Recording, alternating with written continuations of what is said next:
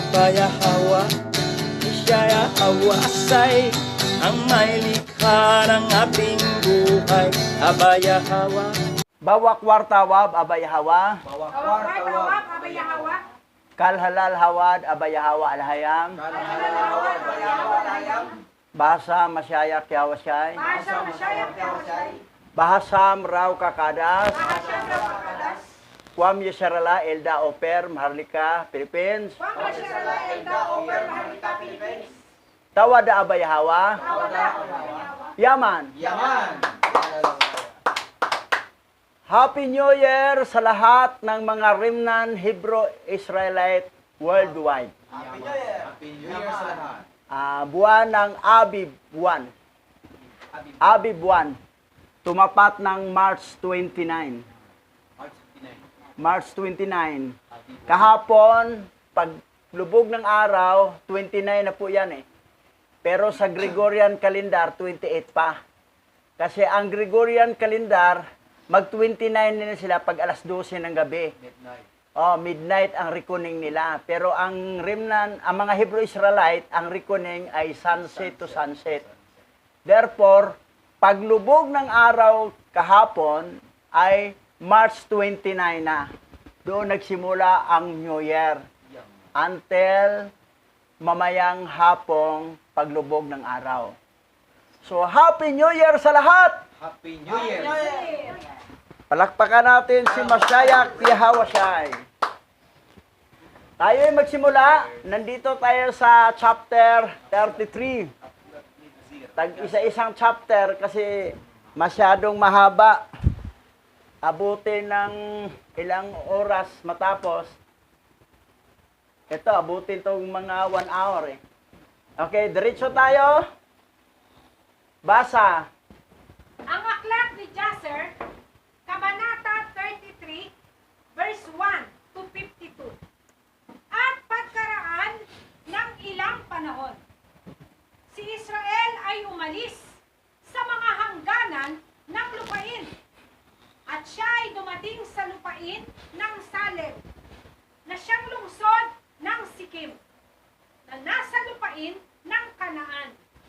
At siya ay nagpahinga sa harap ng lungsod. At siya'y bumili ng isang bahagi ng parang na nandoon sa mga anak ni Hamor na mga tao ng lupain sa halagang 5 siklo. At si Israel ay nagtayo roon para sa kaniyang sarili ng isang bahay at kaniyang itinayo ang kaniyang tulda roon. At siya ay gumawa ng mga kubol para sa kaniyang mga baka, kaya't kaniyang tinawag ang pangalan ng dakong iyon na Sukot. At si Israel ay nanatili sa Sukot ng 1 taon at 6 na buwan. Si Israel, si Jacob, Israel na ang tawag niya dahil sinabi ng anghel sa kanya si Archangel Panuel na Israel na ang pangalan niya, hindi na Jacob.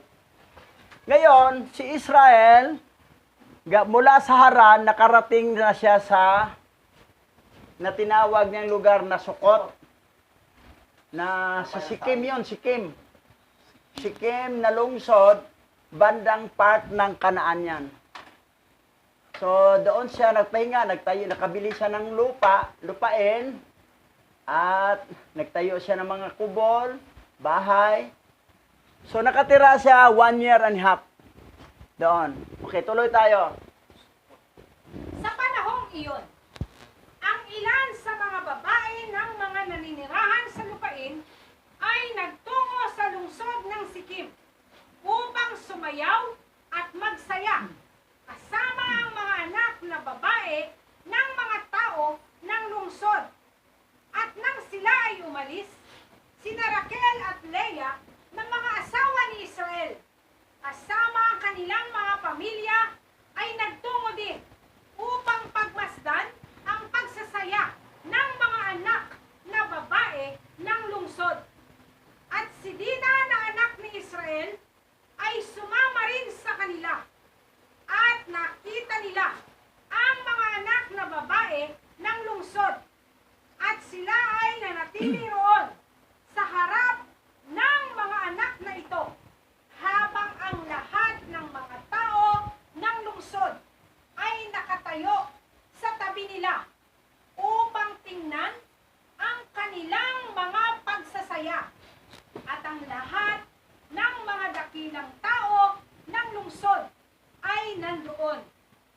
si Sikem na anak ni Haring Hamor, ang prinsipe ng lupain, ay nakatayo din doon upang makita sila.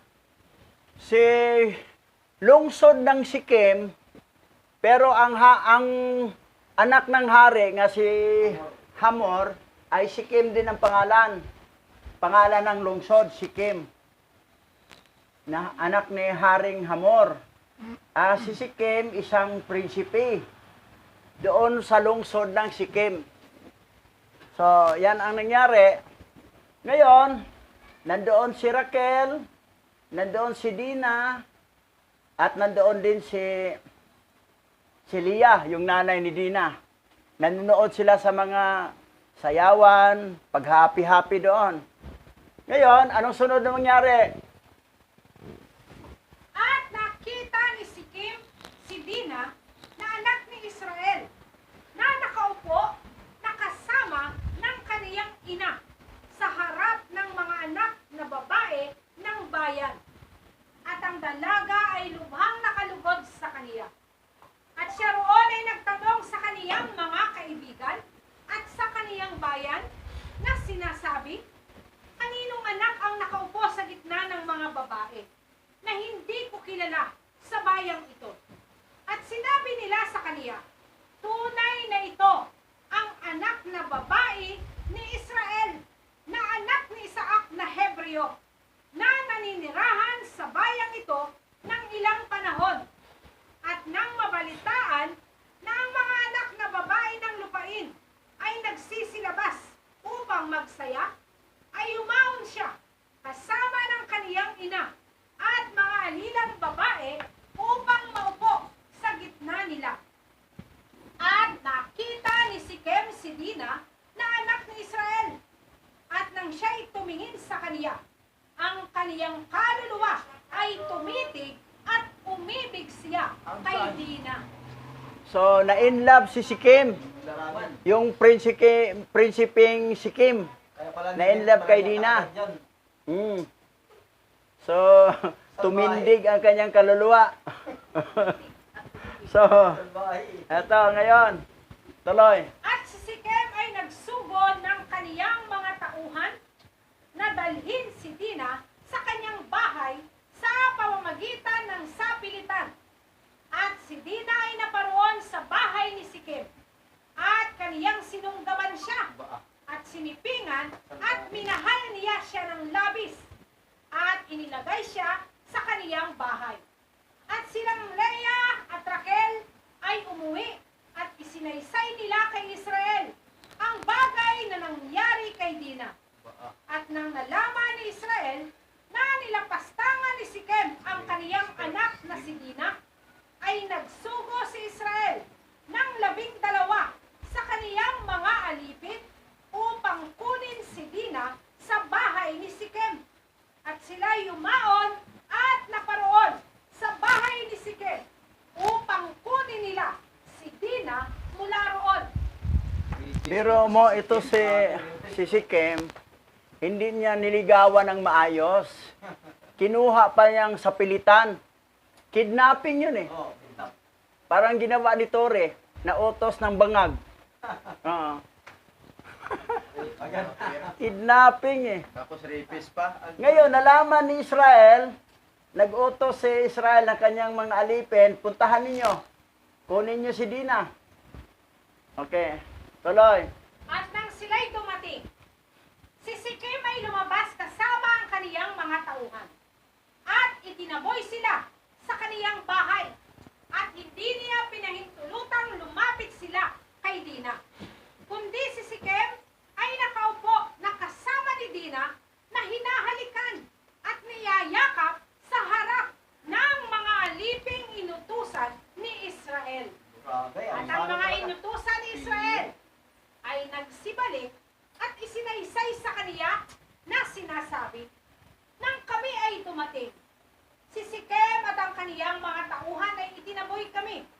At gayon ang ginawa ni Sikem kay Dina sa harap namin, na nakita ng aming mga mata, niyakap at hinalikan. At nalalaman Israel bukod dito, na nilapas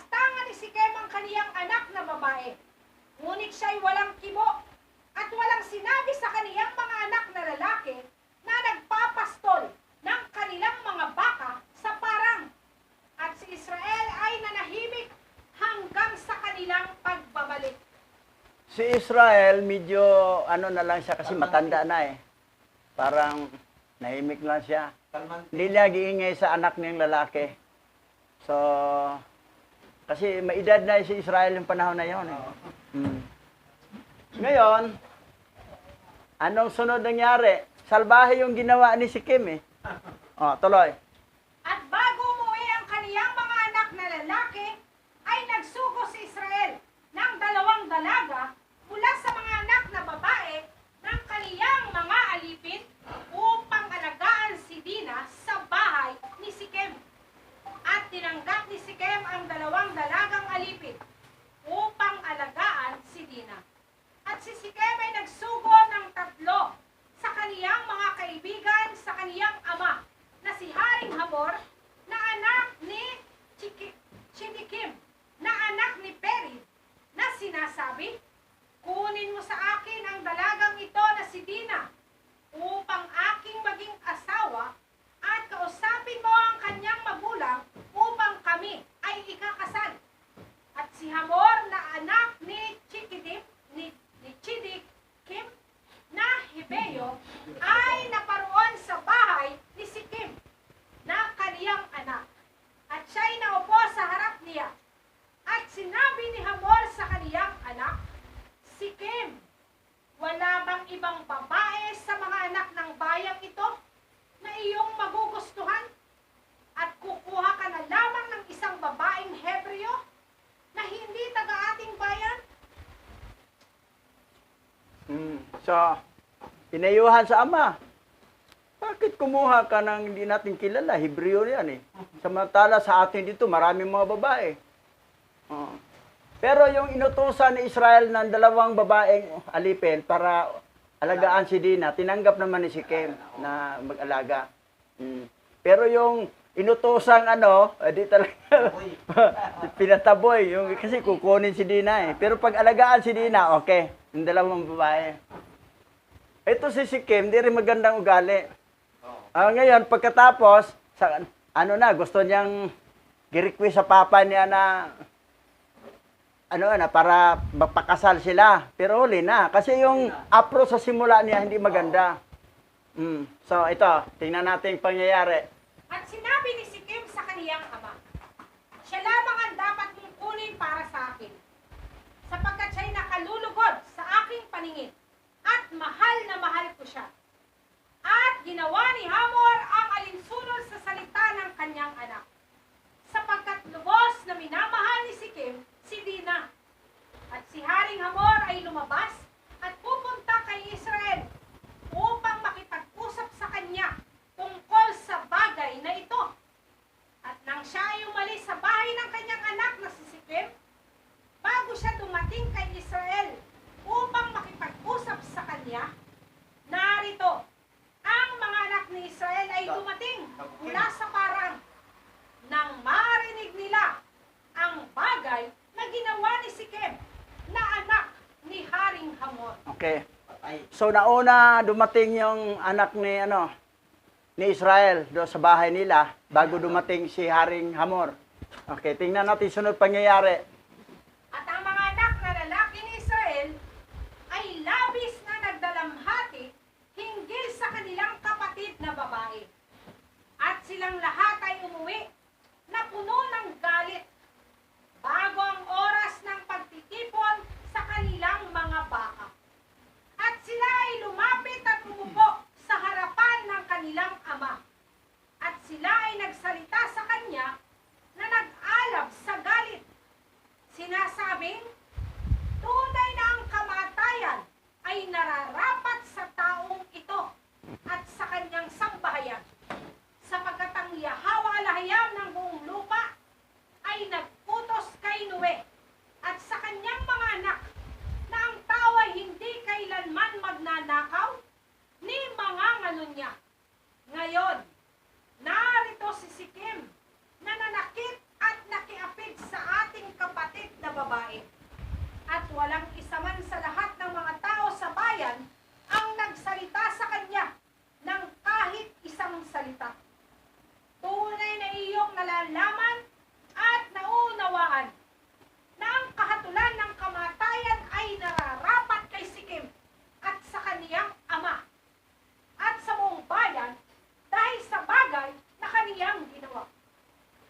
So, ang anak ni Israel, galit na galit. Kamatayan ang dapat sa kanila. Pero si Israel, wala lang kibo. Kasi, ano na eh. Matanda na siya. Patuloy yan eh. Oo. Tapang itong mga anak na eh. Oo. Pero tingnan natin kung sinong anak ng matapang. Dito. Okay, tuloy. At samantalang sila'y nagsasalita sa harap ng kanilang ama tungkol sa bagay na ito, narito si Hamor na ama ni Sikim ay naparoon upang magsalita kay Israel ng mga salita ng kaniyang anak tungkol kay Dina. At siya'y naupo sa harap ni Israel at sa harap ng kaniyang mga anak. At sinalita ni Hamor sa kanila na sinasabi, ang kaluluwa ng aking anak na si Sikem ay nananabik sa iyong anak. Idanadalangin ko na ibigay ninyo siya sa kanya para maging asawa at magpakasal sila. Ibigay sa amin ang inyong mga anak na babae at ibibigay namin sa inyo ang aming mga anak na babae.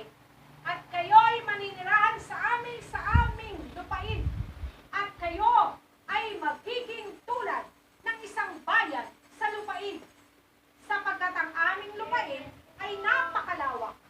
Kaya't kayo ay magsitahan at mangalakal roon at magsipag-aari doon. At gawin ninyo roon ang ayon sa inyong ibig. At walang makahadlang sa inyo sa pamagitan ng pagsasabi ng isang salita sa inyo. Okay, namanhikan si Haring Hamor. Namanhikan, ha? Pero nandoon yung anak ni Israel. So, tingnan natin kung anong resulta sa pamanhikan. May promise pa na, mga anak na babae dito sa lugar to, bigyan namin sa inyo. Magpili kayo sinong gusto mong pangasawa ninyo. At yung isa inyo naman, ay kunin din namin pangasawa.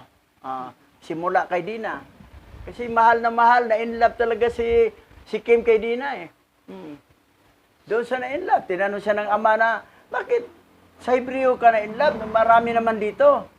Sabi niya, naano ako sa babae nito eh. Pero kaya lang, ang paraan niya, hindi maganda. Sa pilitan, kidnapping yun eh. Tapos, ginahasa pa. Tapos naghahasa na, wala nang reklamo. Na okay na rin si Dina. Kaya lang, inutusan ni Israel, ay hindi pinansin, pinauwi. Pero nag-utos na rin si Israel ng dalawang babaeng alipin para alagaan si Dina doon. Habang nandoon, ay tinanggap kasi alaga eh. So, yan ang story.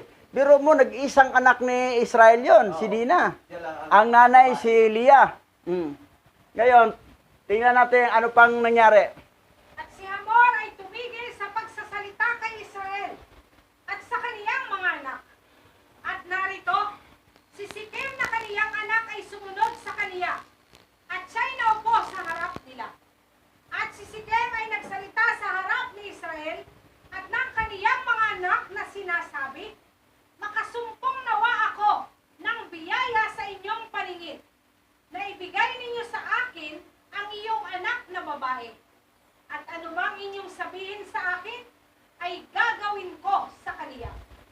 Humingi kayo sa akin ng kasaganaan ng dote at kaloob, ay ibibigay ko ito. At anuman ang sasabihin ninyo sa akin, ay gagawin ko. At kung sino man siya na maghimagsik laban sa inyong mga utos, siya ay mamamatay. Ibigay lang ninyo sa akin si Dina para maging aking asawa. At sinagot ni Simeon at ni Levi, si Hamor at si Sikem na kaniyang anak na may daya na sinasabi, lahat ng inyong sinalita sa amin ay aming gagawin sa inyo. Mana talaga tong dalawang anak mo, may daya. Yun ang ginawa niya doon kay Esau eh. Ibig sabihin, gamit siya ng katalinuhan eh. Wise. Ngayon, si Simeon nagsilibi, hindi nakialam si Ruben. Kasi isa rito si Ruben, pasaway. Sinipingan niya ang granlula ni Pastor Richard, ni Pastor Buddy, si Bilha. Pasaway rin ako. Wala. Itong dalawa, talagang matapang tong dalawa, oh. Oo. Tuloy natin, tuloy. At masdan, ang aming kapatid na babae ay nasa iyong bahay. Ngunit lumayo ka muna sa kanya hanggang sa ipadala sa aming amang si Isaac ang tungkol sa bagay na ito. Sapagkat wala kami magagawa kung wala ang kanyang pahintulot. Sapagkat alam niya ang mga paraan ng aming amang si Abraham. At anuman ang kanyang sabihin sa amin, ay sasabihin namin sa inyo. Wala kaming ililihim sa inyo. At sinalita ito ni Simeon at ni Levi kay Sikem at sa kanyang ama upang makasumpong ng isang dahilan at upang humingi ng payo kung ano ang gagawin sa lungsod ng Sikem sa kaniyang bayan sa bagay na ito. At nang marinig ni Sikem at ng kanyang ama ang mga salita ni Simeon at ni Levi, ay inistulang mabuti sa kanilang paningin. At si Sikem at ang kaniyang ama ay lumabas upang umuwi. Ayan. So, itong dalawa, si Levi at saka si Simeon, sabi ni, paalam pa namin sa aming, ni Lolo, Isaac, para malaman naman doon sa mga batas talaga na gagawin doon kay aming si Abraham. Pero kung anong pasya, yun ang gagawin. Pero may plano sila. Yung mga supot, tutuliin yun. Makalino talaga. Tuloy. At nang makaalis na sila, sinabi ng mga anak ni Israel sa kanilang ama, sinasabing, masdan mo ama, ay alam namin na ang kaparusahan ay kamatayan dahil sa mga masasamang ito at sa kanilang lungsod. Dahil nilabag nila ang iniutos ng alahayang kay Noe at sa kanyang mga anak at sa kanyang mga binhi pagkatapos nila. At dahil din sa ginawa ni Sikem sa ating kapatid na si Dina sa pagdumi sa kaniya, sapagkat ang ganitong kasamaan ay hindi kailanman gagawin sa gitna natin. Ngayon ngay alamin at tingnan kung ano ang iyong gagawin at humanap ng payo at magdahilan kung ano ang gagawin sa kanila upang patayin ang lahat ng nananahan sa bayang ito. Yan ang balak nila, patayin ang buong bayan. Tingnan mo yung tapang, di ba, may Israel, ha? Pareho lang sa Islam, no? Pero patayan talaga, oh. May paraan sila. May paraan sila, oh. Walang lakas. Dati, naalala ko yung sa ano pa ko, sa Christian pa ko, bakit itong mga Islam matatapang? So, patayan. Tapos, yung Christian, ang bait-bait. Pag magmumukhang bida ang Christian, pero ang Christian pala ang kulto. Baliktad pala. Kasi ang Israel talagang, kasi utos kasi yun. Kailangan death penalty. Sa bansang, ibang bansa, mga Muslim country, pag mayroong isang masipingan mo, fatal death penalty lang hatal. Sa Saudi. Patayin talaga. Ito yung ginawa sa dalawa. Kasi binabasihan nila ang command. Ngayon, anong sunod? At sinabi ni Simeon sa kanila, narito ang isang marapat na payo para sa kanila. Sabihan natin na sila ay dapat tuliin ang bawat lalaki sa kanila, gaya ng ating pagtutulig. At kung ayaw nilang gawin ito, kukunin natin sa kanila si Dina at aalis tayo sa lugar na ito. At kung sila ay pumayag na tuliin sila, kung magkagayoy, kapag sila ay nalubog sa sakit, sasalakayin natin sila ng ating mga espada at ating papatayin sila, ang bawat lalaki sa gitna nila. At ang payo ni Simeon ay kinalugod nila at ipinasya ni Simeon at ni Levi na gawin sa kanila ang ayon sa ipinanukala. At nang kinaumagahan, si Sikem at si Hamor na kaniyang ama ay bumalik kay Israel at sa kaniyang mga anak upang magsalita tungkol kay Dina at upang marinig kung anong sagot ng mga anak ni Israel sa kanilang mga salita. Okay. So, ito ng panukala nila. Pero, tahimik lang siya, si Ruben. Yung panganay. Ah, si Ruben, di ba? Panganay yon. Kasi siya, may mali kasi siya eh. Pero si Simeon, si Levi, talagang sila talagang nag... Video. Oh, Si Simeon ang chairman of the board dyan eh. kasi pagdating, sila rin nagtuli. Sila rin mismo nagtuli. Emotion siya na. Pagkatapos, pero mayroong, sa sunod dito, mayroong hindi nagpatuli, nagtago. Nagtago, na hindi natuli. Pero napatay din nila. Tapos, Tapos yung mama naman, ang papa naman ni, nagalit yun eh, papa ni Hamor. sige mo, adya mo. Bakit pumayag kayo ng ganon? Ayaw nila magpatuli. Para ding sikada. Ayaw din. Tapos, sabi naman ni Hamor, sinunod lang namin to, pero pag gumaling namin, patayin namin sila lahat. Ayun, di na alam na sila dyan. Mm. May ano pala, may masamang plano pala si Hamor, at saka si Sikim. Oo. Pumayag lang daw silang matuli. Pagkatapos, pag gumaling na, para makuha daw ang ari-arian ni Israel, papatayin din ng Israel, sila lahat. At, narinig ni Dina yan. Yun, i-report yun. Sa sunod na sinumbong niya, siya na inutusan yung katulong niya, yung alipin niya. Isabihin mo doon sa papa ko. Binalita. Nalaman ganon pala. Ganon palang gagawin ninyo. Uunahan mo na kayo. Ngayon, pag sumakit ng ninyo, sa kirot ng tole, yari kay lahat. Pero mayroong 20 katao na hindi nagpatuli. Lumabas. Kinalaban nila. Bakbakan talaga. Ang iba nagtago. Sa sunod sabat yon. Talagang si Israel naman nagalit sa kanyang anak. Sabi niya, bakit ginawa niyo yun? Pag sama-sama sila lahat, lusubin tayo. Ilan lang tayo, marami lang magsama-sama yung mga Kanania, Amorio, lahat sama-sama sila. Medyo may pagkaduwag na si Israel kasi matanda na kasi. Pero ang talaga dito, si Simeon at si Levi, sila lang dalawa. Medyo bata pa kasi si Judah Oo. Pero ito yung panganay, si Ruben, wala talaga kasi nahiya sarili.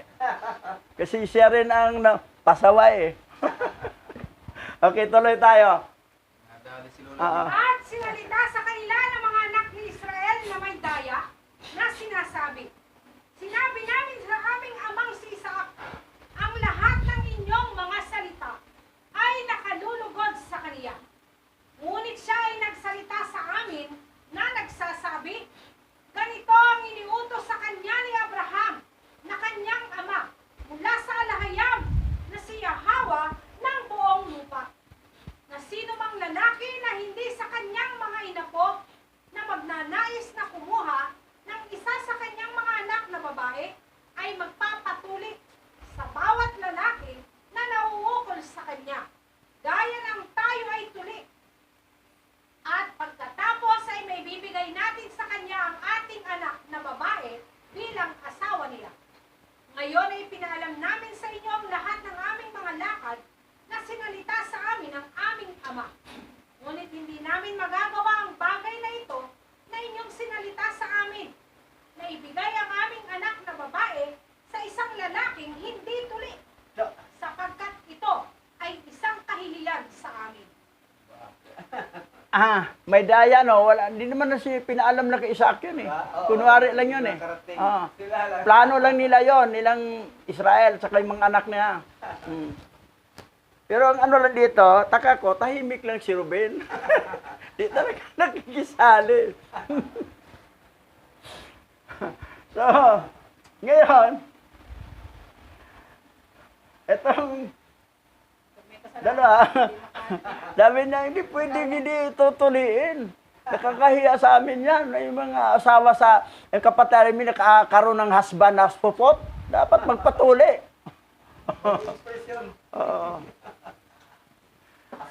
May tawag pala, pag isa palang tao na hindi Hebro, pag mapatuli, may tawag. Mamaya dito. Baka dito nasunod. Okay. Ngunit dito ay papayag kami sa inyo na ibigay sa inyo ang aming anak na babae. At kukunin din namin sa amin ang inyong mga anak na babae. At tatahan sa gitna ninyo at magiging isang bayan gaya ng inyong sinalita kung didinggin ninyo kami at papayag na maging gaya namin. Natuliin ang bawat lalaki na nauukol sa inyo gaya ng aming pagtutuli. At kung hindi ninyo didinggin kami, natuliin ang bawat lalaki na gaya ng aming pagtutuli, ay paroroon kami sa inyo at kukunin namin si Dina at aalis kami sa lupain ito. At narinig ni Sikem at ng kanyang amang si Hamor ang mga salita ng mga anak ni Israel. At ang bagay na ito ay lubhang nakalugod sa kanila. At si Sikem at ang kaniyang amang si Hamor ay nagmadaling gawin ang mga naisin ng mga anak ni Israel. Sapagkat si Sikem ay totoong naibig kay Dina. At ang kaniyang kaluluwa ay napuspos sa kaniya. In love si Kim kay Dina. That's why pumayag sila. Kaya lang, nagbago lang isip ni Hamor, yung sinabi sa ama niya, bakit niya nagpatuli? Kasi lapitan ng ama niya magpatuli, ayaw eh. Oo. Sabi, hindi pwede, hindi natin kaugalian yung magpatuli. Kasi sa kanila lang yun. Bakit pumayag kayo? No, yun ang ano. So, Nako sa mga support dyan. yung, Magpatuloy na kayo. yung mga support. Tayo Hindi magpatuli, kayo magpatuloy, takot. Di kayo remnant Israel. Takot sa kutsilyo at saka sa blade. Hindi ka kay Israel. Tuloy.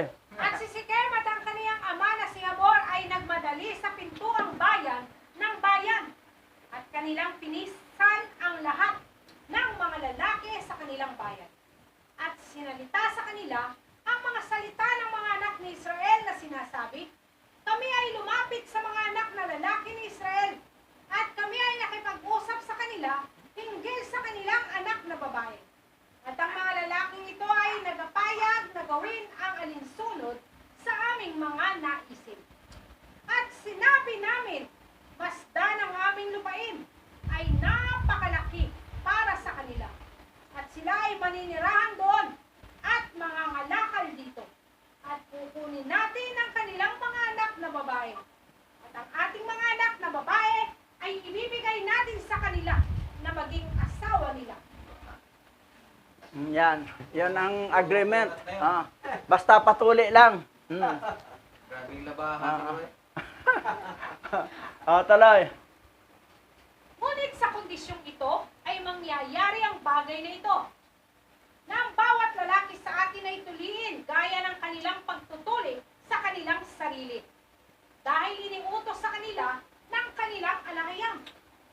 At kapag nagawa na natin ang alinsunod sa kanilang mga tagubilin na magpatuli, kung gayon, sila ay maninirahan sa gitna natin, kasama ang kanilang mga baka at mga ari-arian.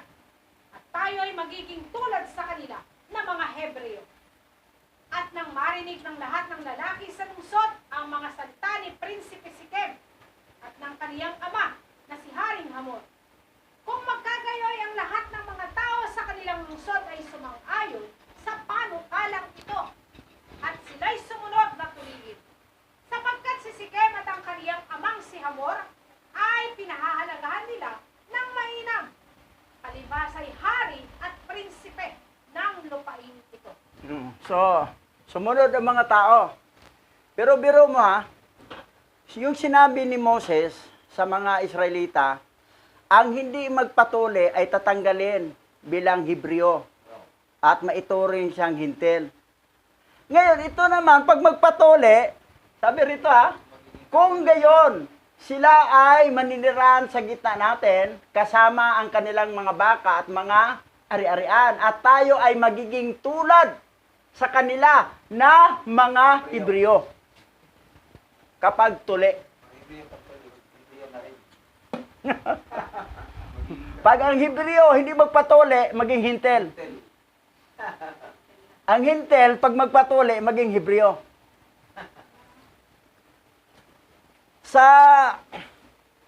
doon nakaraang ano natin, yung anak na babae ni Abraham kay Ketura, sila yung napunta rito. Mga babae. Nagkaroon sila ng husband sa mga lahi ni Oper. Sa lahi ni Oper, wala namang tuli yun eh. Ngayon, siyempre, yung mga sa papan na si Abraham, covenant talaga ni Yahweh, katuli. Gawin mo akong asawa, wife mo, patuli ka. Ayan. That's why nauso sa Pilipinas, tuli talaga. Nahuli lang ang Ilonggo. Kasi dati ang mga Ilonggo, di talaga magpatuli. Pero ngayon daw, nagpatuli na daw sila ngayon. So, buong Pilipinas ay mga tuli na. Pero may ilan-ilan. Hindi talaga. Tulad ni Kada, Mario. Aywan ko, Pastor Buddy, tuli ka ba? Dapat gano'n. Sabi kasi ni ni Director Robin Hood support din yan Pareho na ni Mario Clarification lang nga Aywan ko, baka naninira lang siguro si Director Robin Hood, no? Naninira lang yun, no? O totoo sinabi? Yan. Kasi, pag hindi ka magpatuli, hindi ka talaga Hebreo. Pero, wala naman siyang dugo ni Israel, Hebreo Hintil ang tawag siya, Hebreo Hintil. Pero kung may blood ka kay Israel, Hebrew Israelite. Yan. Hebrew Israelite. Pero kung lahi ka, doon sa granlula mong si Bilha, Hebrew Israelite ka Kasi si Israel naman ang tatay ni Naphtali. Kailangan problema, hindi ka nagpatuli at tanggal ka sa pagka-Hebrew.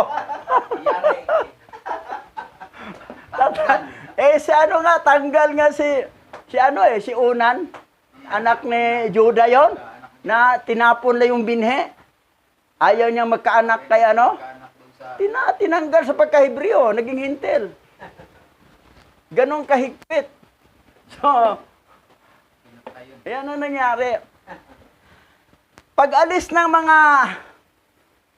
mga Hebrew Israelite galing sa Egypt, di ba maraming Egyptian sumama? Ngayon, kasama na pag dito sa Kanaan, sa Israel, bansang Israel. Plus ang iba pa, sumanib pa yung mga lahi ni Esau, ni Edomites. Kasi si Esau, ang palayam niya ay Edom. Ibig sabihin ng Edom, red, pula.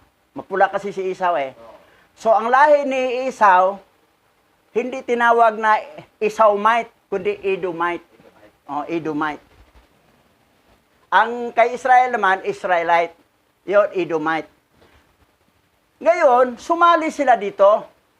At ang iba sa kanila, naging iskriba, naging parisis. Yun ang sinabi ni Yahweh sa kanila, kayo'y mga lahi ng ulupong. Mabinhi na mga nahulog na anghel. Pero sinabihan niya mga parisis sa Saducees Sabihin mo, di ba Hebrew Israelite yan? Sa citizenship. Pero by blood, hindi. Dahil doon ka pinanganak, citizen of Israel ka. Tapos nakapag-aral, naging Pharisees ka, ang iba naman naging Sadducees. Pero by blood mo, hindi. Blood ay fallen angel. Yun ang sinabi niya. At nadamay pa ang buong bansa. Sabi niya, Jerusalem, Jerusalem, pinapatay niyo ang mga propita. At alisin sa inyo itong bansa at ibigay sa isang bansang nagbubunga. Ito na yung bansang Oper. Dito na ilipat. So, singit lang natin to. Wala to sa So, yan ang nangyari. Ngayon, tuloy tayo. At nang sumunod na araw, si Sikem at si Hamor na kaniyang ama ay bumangong maaga sa kinaumagahan. At kanilang pinisan ang lahat ng mga lalaki sa kanilang bayan sa gitna ng bayan. At kanilang tinawag ang mga anak ni Israel na siyang tumuli sa bawat lalaki na nauukol sa kanila sa araw na iyon at sumunod na araw. At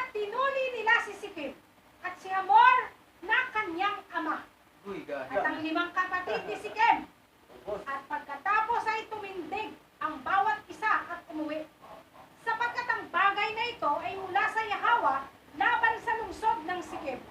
At mula sa Yahawa ang payo ni Simeon sa bagay na ito upang maibigay ni Yahawa ang lungsod ng Sikem sa mga kamay ng dalawang anak ni Israel.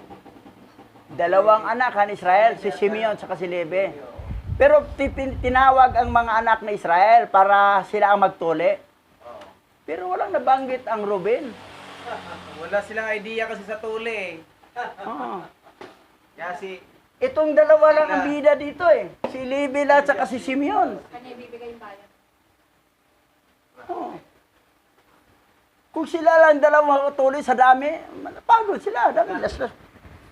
Ito, lakihan natin itong butas kasi papatayin din natin to sila eh. Yung mga 3 days from now, naisip nila. mga matis na ni. Tapos nagpila. Oh, nandito ka Mario. Patuloy ka na. Oh, patuloy. Mao. Okay. Ngayon, Madali. ito yung sabi rito, 6. Outside of marriage is not called dating. It is sin. It is called sin. Ganun na lang ang tinding galit nila ni Simeon at saka ni Levi. Kasi alam nila, kapag galawin ng isang babae nga hindi sila kasal, ay hindi dating ang tawag, kundi ito'y tawag kasalanan. Tulad dito. Sa Exodo, chapter 20, verse 14. Kasama ito sa 10 Commandments. Huwag kang mangangalunya. Sa verse 14, you shall not commit adultery. Kasama to sa 10 Commandments, sa Torah. Alam ni Levi yan, ni Simeon. Kaya lang, hindi makapurma si Ruben kasi natatamaan siya dyan eh. Asawa pa mismo ng tatay niya ang ginawa. Dito mamaya, kung anong ginawa ni Ruben, makikita mo yung ngayon, dito sa Hebrew chapter 13 verse 4, ang pag-asawa ay dapat igalang ng lahat.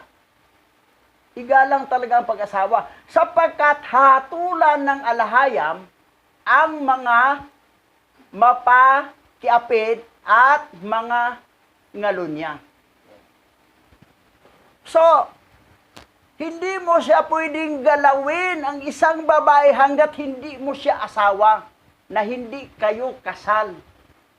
Kailangan igalang kasi may hatol eh.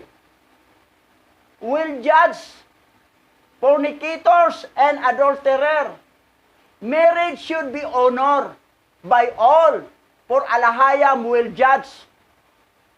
Sabi rito, sapagkat hatulan ng alahayam ang mga mapakiapid at mga nangangalunya. Mangangalunya. Hanggat hindi kayo kasal, may hatol yan. Anong hatol? Sa Levitico chapter 10 verse 20 verse 10. Sabi rito, verse 10. Ang lalaking nangalunya sa asawa ng ibang lalaki ay dapat patayin. At ang babae ay dapat patayin. Pareho. Sa Torah to, Levitico chapter 20 verse 10. Kung isang lalaki sipingan niyang asawa ng ibang tao, papatayin siya. Pati yung asawa na nasipingan sa ibang tao, papatayin din silang dalawa, pareho patayin. Ganon katindi. Kasi kina-honor ang marriage. Pag hindi, may hatol. Ito a man who commit adultery with another man's wife must be put to death. And the woman must be put to death. Pareho sila, patayin. Kala na, okay lang yan. Ganon ka-stricto ang Hebrew-Israelite doctrine at saka Islam. Pero tingnan mo ang Christian, wala. Kasi kulto nga ang Christian. Kulto nga ang Christian eh. Wala silang ganong kahigpit nga batas. Anong mayroon sa kanila? Ito pa.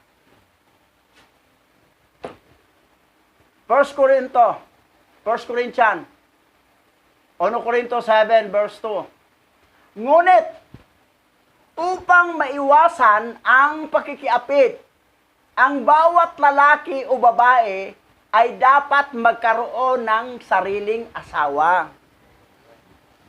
Para maiwasan ang pakikiapid. Kasi pag asawa mo na galawin siya, hindi na pakikiapid yun, asawa mo na yan eh. Sabi niya, paano kasi nasawa na ko dito? O, di mag-asawa ka uli. Asawa mo na rin. O, hindi ka nag-apit. Kasi puro naman asawa lahat yan eh. Kaya lang dito, hindi sanay. Gubot yun. Reklamo yung number 1. Huwag kang gagawa ng number 2 na asawa. Ako lang lagi. Sabi naman si husband, nasawa naman ko sa'yo. Huwag mo akong kasawaan.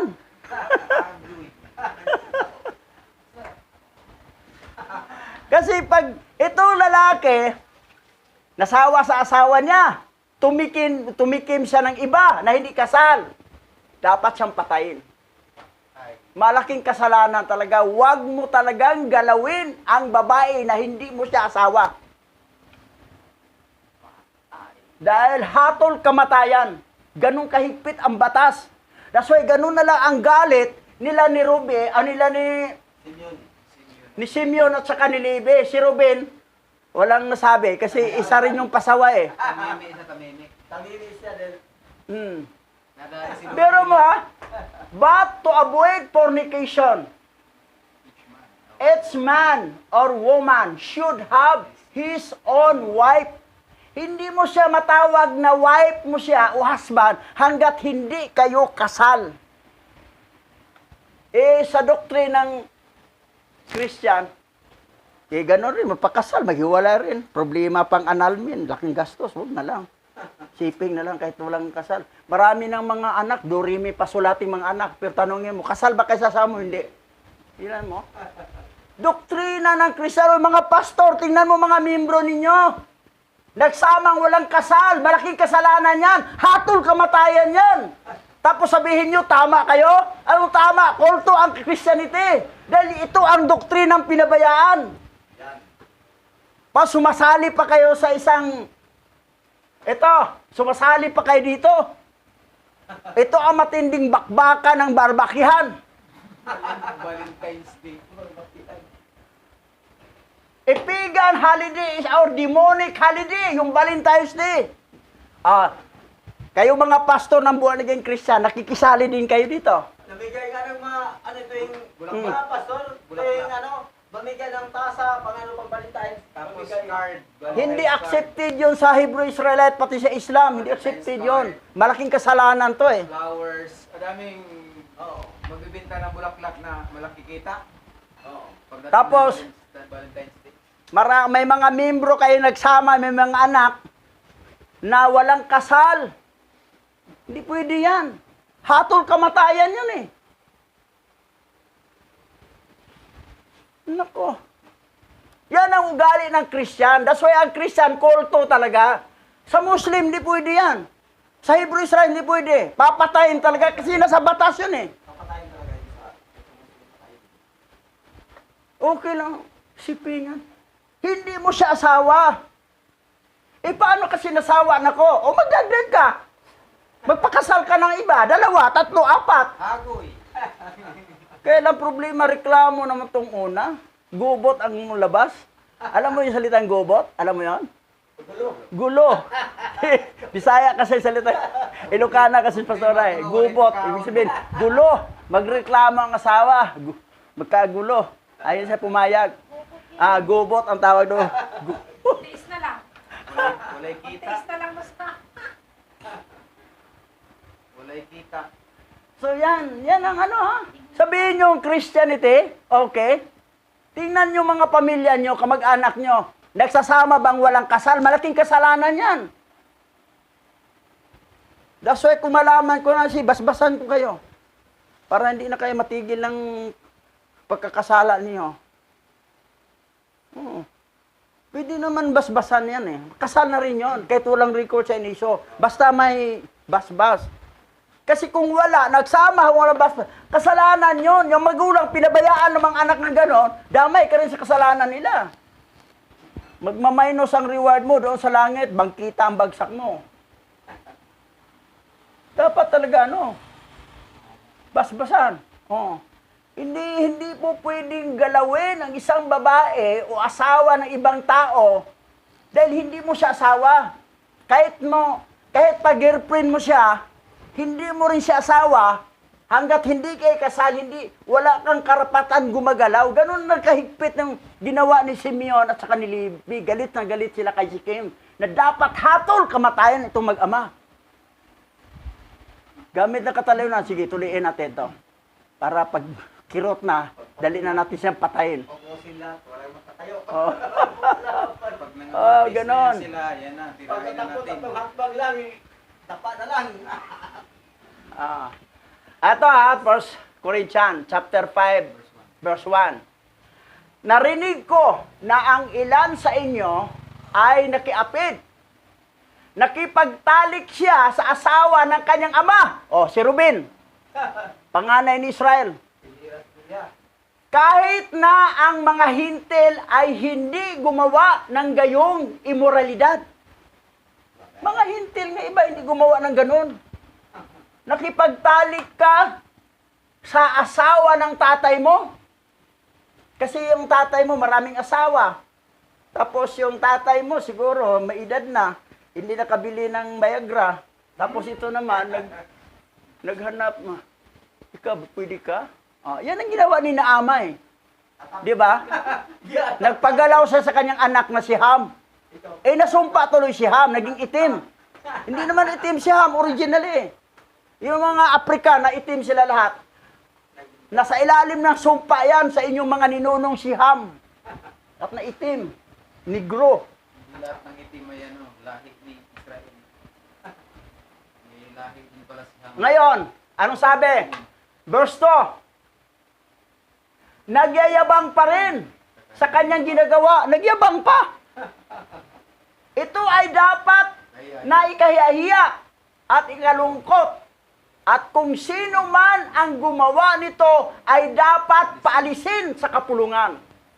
Sa English, still bragging about what he does. This should be shameful and sad. And whatever did, this should be expelled from the assembly. Tatanggalin talaga sa assembly. Tiwalag. Tiwalag talaga siya. Sabi ni Paul yun sa Korinto, ang kausap ni Paul sa Korinto, hindi lang pala hintil, mga Hebreo din mo. Pansinin mo ha. Sabi na narinig ko na ang ilan sa inyo ay nakiapid. Nakipagtalik siya sa asawa ng kanyang ama. Kahit sa mga hintil, ay hindi ginawa ang gayong immoral. Kahit sa mga hintil. So ang kausap ni Pablo dito, mga Hebreo. Na kahit ang hintil hindi ginawa. Pero itong Hebreo na yung ginawa ninyo. Lahi ni Ruben. Ang mga ibang hintil nga matitino pa eh. Ano mangyari? Tiwalag dapat. Ganun kahigpit. That's why, hindi nakakasala. Sumang-ayon si Hawa sa ginawa ni Ruben, ni Levi at saka ni Simeon na pinagpapatay sila lahat doon. Dahil kamatayan mo talagang hatol. Ito ang last. 1 Corinto, chapter 6, verse 9.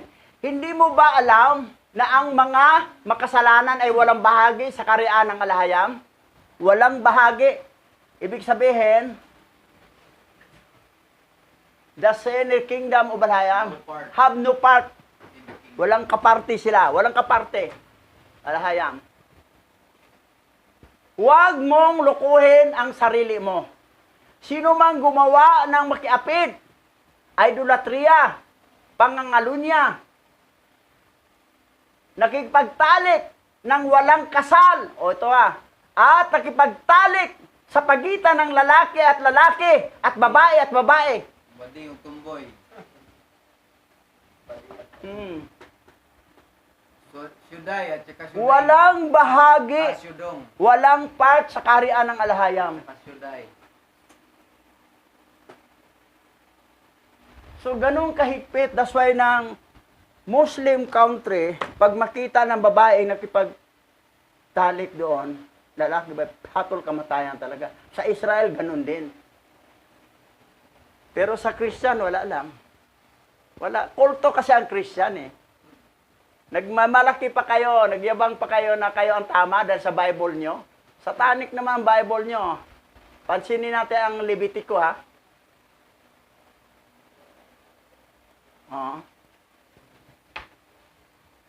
Ito.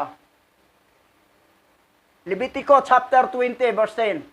Ang lalaking nangalunya sa asawa ng ibang lalaki ay dapat patayin at ang babae ay dapat patayin. Pareho silang dalawa patayin. Pero talamak to sa mga Christian.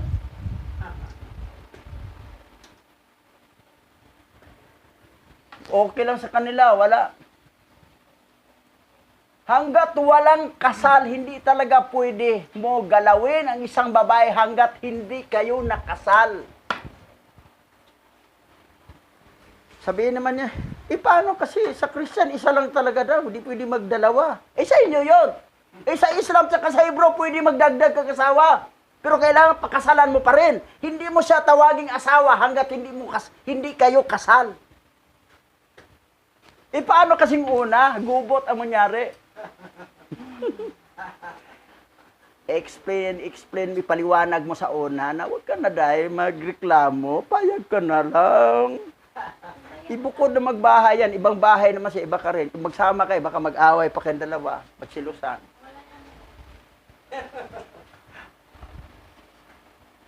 Ayaw mo, di balik ka sa Christian. Yun ang galing ng Christian eh. Pero sa Hebrew at saka sa Islam, pero depende naman sa lalaki. Kung hindi na maghanap ang lalaki ng ibang babae, yung magdagdag pag-asawa, ang madalas lang kasi sa lalaki, yung mainit pa sa salaman eh. Pero kung hindi naman, wala na, puro trabaho ng isip, paglilingkod, bakit magdagdag pa siya? Isa na lang. Kasi disturbo din yun eh. Pag marami, disturbo din. Tapos, magdagdag kapag palamunin, okay lang, milyonarya yan. Pag milyonarya yan, okay yon. Pero dagdag ng palamunin, pero busy na tayo sa paglilingkod. Magsabay, magkalabit yung dalawa. Punta ka doon. Wala na. Di na kaya ni Manoy. Surrender na si Manoy. Kung tuusin, pareho rin mag-itsura yan eh. Mukha lang magkaiba, pero sa babang itsura, pareho lang yun eh. Wala namang magkaibang mukha. Isang mukha lang yun sa baba. Naintindihan ninyo? Ito kasi ang batas na hindi mo pwede sipingan hanggat hindi mo siya asawa. Ang katuwiran kasi ng mga ibang Christian, magpakasal kami, maghiwalay pa rin kami. Di problema pa ang annulment, di magsama na lang kami kahit walang kasal. Ito na, 7 ng anak namin. Hindi kasi dinidiin sa pastor na bawal ang siping hanggat walang kasal. Hindi kasi iniwanag to. Sa nasa Corinthians 9. 6:9 pala. Itong honor honor. Corinthians 6:9. Sa baba.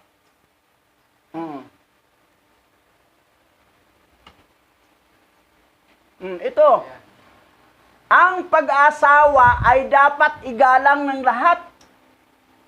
Sapagkat hatulan ng alahayam ang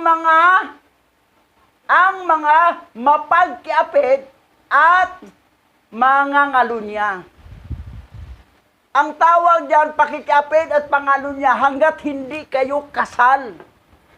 Kahit pa dami na kayong anak, matagal na kayo, ang daming araw yung pangalunya. Mulang simulang sinipingan mo siya hanggang nagkaanak kayo ng 7 o 1 dosina bang anak nyo. Hanggat wala kayo kasal, pangalunya pa rin yan at pakiapid. Akala ba nyo sa langit kayo mapunta? Ang mga may binhi ni Yahweh, hindi yan makapagtiis. Magpakasal talaga yan. That's why marami tayong binasbasan na nagsasama na hindi kasal. Paano kasi walang record sa iniiso? Bakit nung araw may iniiso ba doon? May PSA ba? Wala namang PSA doon eh. Ay, importante, may nagbasbas sa inyo, may nagkasal sa inyo. Walang ninong-ninang. Bakit doon? May ninong-ninang ba sila si Bilha at saka si Jacob? Si Leah at saka si ano? Wala namang ninong-ninang doon. Basta importante, may nagbasbas. Yung nagbasbas doon, si Laban din eh. Sila rin nagbasbas. Sila rin, mga matataag. Kasi wala pa naman pastor noon. Kinuha at binigay bilang asawa. Kinuha. Di basbas. May basbas yun. Tapos, si Raquel, siya naman nagbasbas kay Bilha. Bigay yung asawa, itong katulong ko. Basbasan ni Raquel, si Jacob, at si Bilha. Sabi naman ni Leah, okay, basbasan ko rin kayo. Ikaw naman, Selpa, at saka si Jacob. Ang nagbasbas, si Leah. At least, kasal. Paintulog yan kaya. Paintulog. Hindi pwede mo Yan ang tawag na kasal. Basbas. Walang kamali-mali. Pinag-pray. Walang kamali-mali sa yung palang haliya, pinantsawa na pala. Haliya, Elia, si Lia pala. Yan ang nangyayari. Pagtingin sa pagtanggal ng Bibilo, hindi man ito. Lia man pala. Si Aliyah pala yun. Lia. Yan na nga na, Aliyah. ang Christian talaga, hindi pa talaga sila na orient. Sabihin naman nila na, nabago naman buhay, na ano naman. Nabago? Yung ito, importanteng katuruan? Nasunod ba sa Christian to? Andy? Banyes? Nasunod ba to? Tingnan mo mga membro mo. May mga membro ka ba nagsama na hindi kasal, may mga anak na? Sasagutin mo yan. Dapat. Ito si Andy Banyes, classmate ko yan eh. Ninang pala ito na to. Ninong pala to nila. Pastor Richard. Mahina at saka sa kasal. Starring ka na ngayon ha. So yan. Kasi ito yung pinaka-importante sa kautusan na parang binawalila, wala lang. Sabi niya, ako naman, nagtatights, wala tanggal ng bisyo, nagsusugal, ganun. Ganun lang ang kabanalan. Yun lang ang kabanalan mo. Pero mga membro mo, nagsamang walang kasal. May mga anak na, walang kasal. Malaking kasalanan yun. Fornication yan, at saka adultery. Pangangalunya at pakikiapid. Ang parusa pa naman diyan, kamatayan, death penalty. Kahit naman sa Doctorated Bible, 66 book, ganito pa rin pagkasulat. Hindi binago. Yahawa. Tayo manalangin, Pastor Richard. Nagpapasalamat kami sa iyong paalala o aming Yahawa sa lahat ng iyong mga followers at believers and behalf sa ilalim ng batas na iyong pinagkatiwala sa bawat remnant mula sa aming ninunong si Abraham. Ikaw ang tunay na Yahawa Alahayam na nagtakda nito upang ikaw ay patuloy na igalang sa panahon ng pagsasama ng bawat lilikha, babae at lalaki, ayon sa iyong mga itinakda o Yahawa. Sa araw na ito, sa mga panahon na ito, ang patuloy naming dalangin sa iyo, ang kahabagan at patuloy na dumating ang diwa ng pangunawa sa mga remnant na naandyan sa loob ng mga Babylonian religion. Inyo po silang palayain, o aming Yahwa, pakawala ng kanilang mga puso na gapos ng pag-ibig sa Babylonian doctrines at religion. Maging ang aming mga mahal sa buhay na kabilang diyan, ang kanilang mga puso na nag-aalab upang pagliguran si Baal at ibang mga pangalang itlagay na mga pangalan ng mga fallen angel. O aming Yahwa, ang bansang ito na iyong pinagpala, hinirang upang maging bahagi ng napapanahon na pag-angat o pagtayo laban sa Babylonian religion at Babylonian belief, na kung saan inagaw ang iyong identity, inagaw ang iyong pangalan at pinalitan ng mga pangalan ng mga fallen angel. O aming Yahwa, kahabagan po ninyo ang aming mga mahal sa buhay, ang aming mga kababayan na patuloy na naglilingkod kay Baal at kay Gadril. Luwalatiin ang nag-iisang banal mong pangalan, o aming Yahwa, sa karangalan at katagumpayan sa pamamagitan ni Masyayak Yahawasyai at sa patnubay ng banal raw kakadas. Sa iyo ang karangalan at kapurihan. Yaman.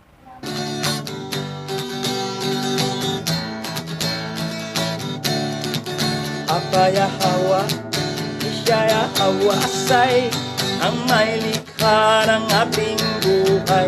Aba Yahwa,